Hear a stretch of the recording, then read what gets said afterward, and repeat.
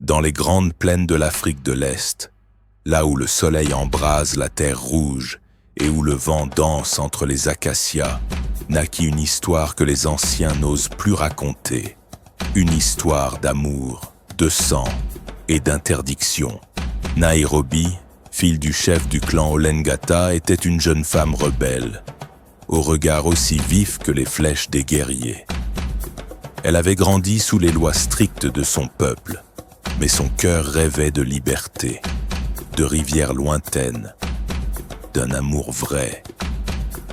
C'est près de la rivière Nkar qu'elle le vit pour la première fois.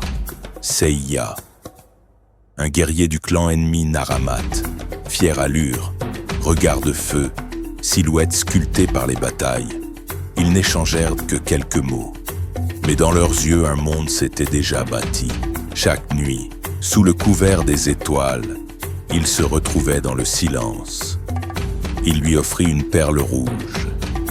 Elle lui offrit son collier, et dans cet échange, naquit un serment que ni les dieux ni les clans ne pouvaient bénir.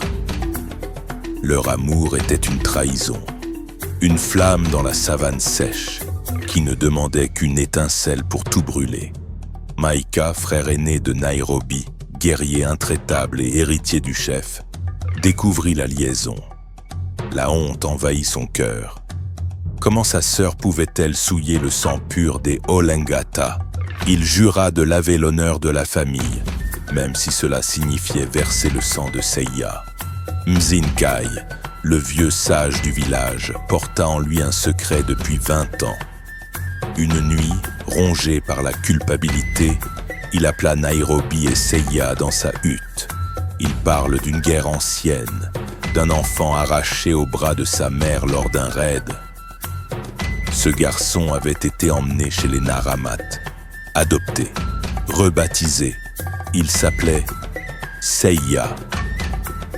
Seiya était un Olengata, le fils du chef, le frère de Nairobi. Le destin avait réuni deux âmes liées par le même sang. Le monde de Nairobi s'effondra.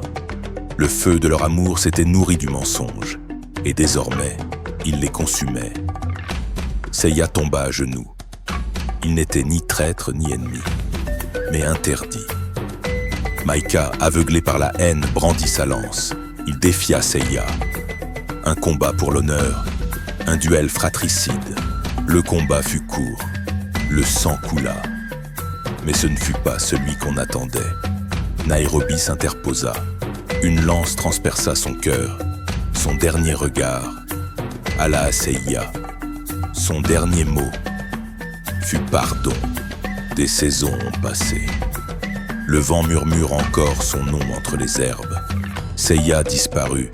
Certains disent qu'il est devenu ermite, d'autres qu'il a suivi les lions, loin des hommes. Mais au pied d'un grand baobab, deux pierres sont posées, côte à côte. Et parfois, au coucher du soleil, une jeune fille pose une fleur rouge, car la lignée interdite n'est pas oubliée.